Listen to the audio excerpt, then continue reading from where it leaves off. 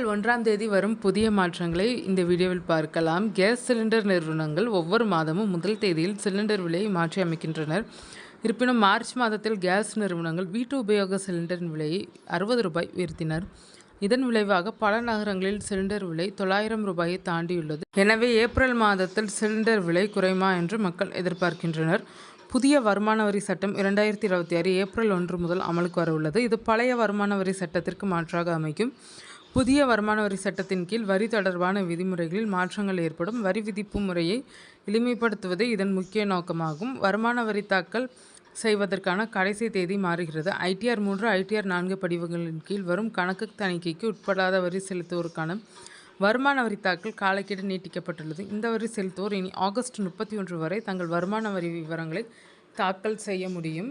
திருத்தப்பட்ட வருமான வரி கணக்குகளை தாக்கல் செய்வதற்கான காலக்கெடுவும் மாறுகிறது. ஏப்ரல் 1 முதல் காலக்கெடு மார்ச் 31ஆக இருக்கும். அனைத்து வரி செலுத்துவோரும் மார்ச் 31 வரை அபராதங்களுடன் திருத்தப்பட்ட வருமான வரி கணக்குகளை தாக்கல் செய்யலாம். வரி செலுத்துவோர் டிசம்பர் 31 வரை அபராதங்கள் இல்லாமல் வருமான வரி கணக்குகளை தாக்கல் செய்யலாம். ஏப்ரல் 1ஆம் தேதி முதல் வரி செலுத்துவோர் தங்கள் வருமான வரி கணக்கு படிவங்களில் மதிப்பீட்டு ஆண்டிற்கு பதிலாக வரி ஆண்டு எழுதப்பட்டிருப்பதை காண்பார்கள். தாராளமயமாக்கப்பட்ட பண பரிமாற்ற திட்டத்தின் கீழ் ரூபாய் 10 லட்சத்திற்கு மேல் உள்ள கல்வி மற்றும் மருத்துவ பண பரிமாற்றங்களுக்கான TDS 5% 2% குறைக்கப்படுகிறது. மோட்டார் வாகன விபத்துகளுக்கான இழப்பீடு மோட்டார் வாகன விபத்து உரிமைகோரல் தீர்ப்பாயம் மூலம் வழங்கப்படுகிறது. இழப்பீடு தாமதமாக வழங்கப்பட்டால் நீதிமன்றம் வட்டியை வழங்கும். இந்த வட்டிக்கு இனி TDS கழிக்கப்படாது. ஊழியர்கள் பெறும் பண திருப்பி செலுத்துதலுக்கு TDS விதிக்கப்படாது. வெளிமாநிலங்கள் வாசிகள் ஏப்ரல் 1 முதல் பேன் கார்டுடன் இணைக்கப்பட்ட சலான் மூலம் TDS செலுத்த முடியும். இது TAN தேவையை முற்றிலுமாக நீக்கும் என்று கூறப்பட்டுள்ளது.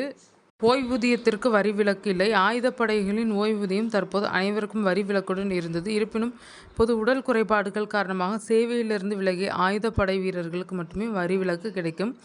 கல்வித் தேர்வுக்கான விலக்கு ஒரு மாணவருக்கு ரூபாய் 3000 உயர்த்தப்பட்டுள்ளது. அதேபோல் விடுதி விலக்கு ஒரு மாணவருக்கு ரூபாய் 9000 உயர்த்தப்பட்டுள்ளது. ஓராண்டில் ரூபாய் 10 லட்சத்திற்கு அதிகமான மதிப்புள்ள பரிவர்த்தனைகளை மேற்கொள்ளும்போது பேன் விவரங்களை சமர்ப்பிக்க வேண்டும். ஒரு நபர் ரூபாய் 5 லட்சத்திற்கும் அதிகமான மதிப்புள்ள வாகனத்தை வாங்கினால் அத்தகைய சூழலில் அவர் தனது பேன் விவரங்களை வழங்க வேண்டும். விலையுயர்ந்த நட்சத்திர விடுதிகளில் அறைகளை முன்பதிவு செய்யும் போது கூட பேன் விவரங்களை சமர்ப்பிக்க வேண்டியிருக்கும். சொத்து விற்பனை அல்லது கொள்முதல் தொடர்பான பரிவர்த்தனையின் மதிப்பு ரூபாய் 20 லட்சத்திற்கும் அதிகமாக இருந்தால் பேன் விவரங்களை வழங்க வேண்டும். ரயில் பயணிகள் தங்களுடைய பயண சீட்டை ரத்து செய்யும் போது கிடைக்கும் பணத்தை திரும்பப் பெறுவது தொடர்பாக சில மாற்றங்கள் செய்யப்பட்டுள்ளனர். இவையும் ஏப்ரல் 1ஆம் தேதி முதல் நடைமுறைக்கு வருகின்றனர். ஒரு பயணி ரயில் புறப்படுவதற்கு 72 மணி நேரத்திற்கு முன்னதாகவே தனது பயண சீட்டை ரத்து செய்தால் அவருக்கு அதிகபட்ச தொகை திரும்ப கொடுக்கப்படும். அதேபோல உறுதி செய்யப்பட்ட பயண சீட்டை ரயில் புறப்படுவதற்கு 72 மணி நேரம் முதல் 24 மணி நேரத்திற்கு இடைப்பட்ட காலத்தில் ரத்து செய்தால் ஒரு குறிப்பிட்ட அளவு அபராதம் விதிக்கப்படும். இந்த அபராத தொகையானது பயண கட்டணத்தில் 25% இருக்கும். இருப்பினும் இது அதற்கென நிர்ணயிக்கப்பட்ட அதிகபட்ச வரம்பை விட அதிகமாக இருக்காது. ரயில் புறப்படுவதற்கு 24 மணி நேரம் முதல் 8 மணி நேரத்திற்கு இடைப்பட்ட காலத்தில் பயண சீட்டை ரத்து செய்தால் பயணி தனது பயண கட்டணத்தில் 50% ரத்து கட்டணமாக செலுத்த வேண்டியிருக்கும்.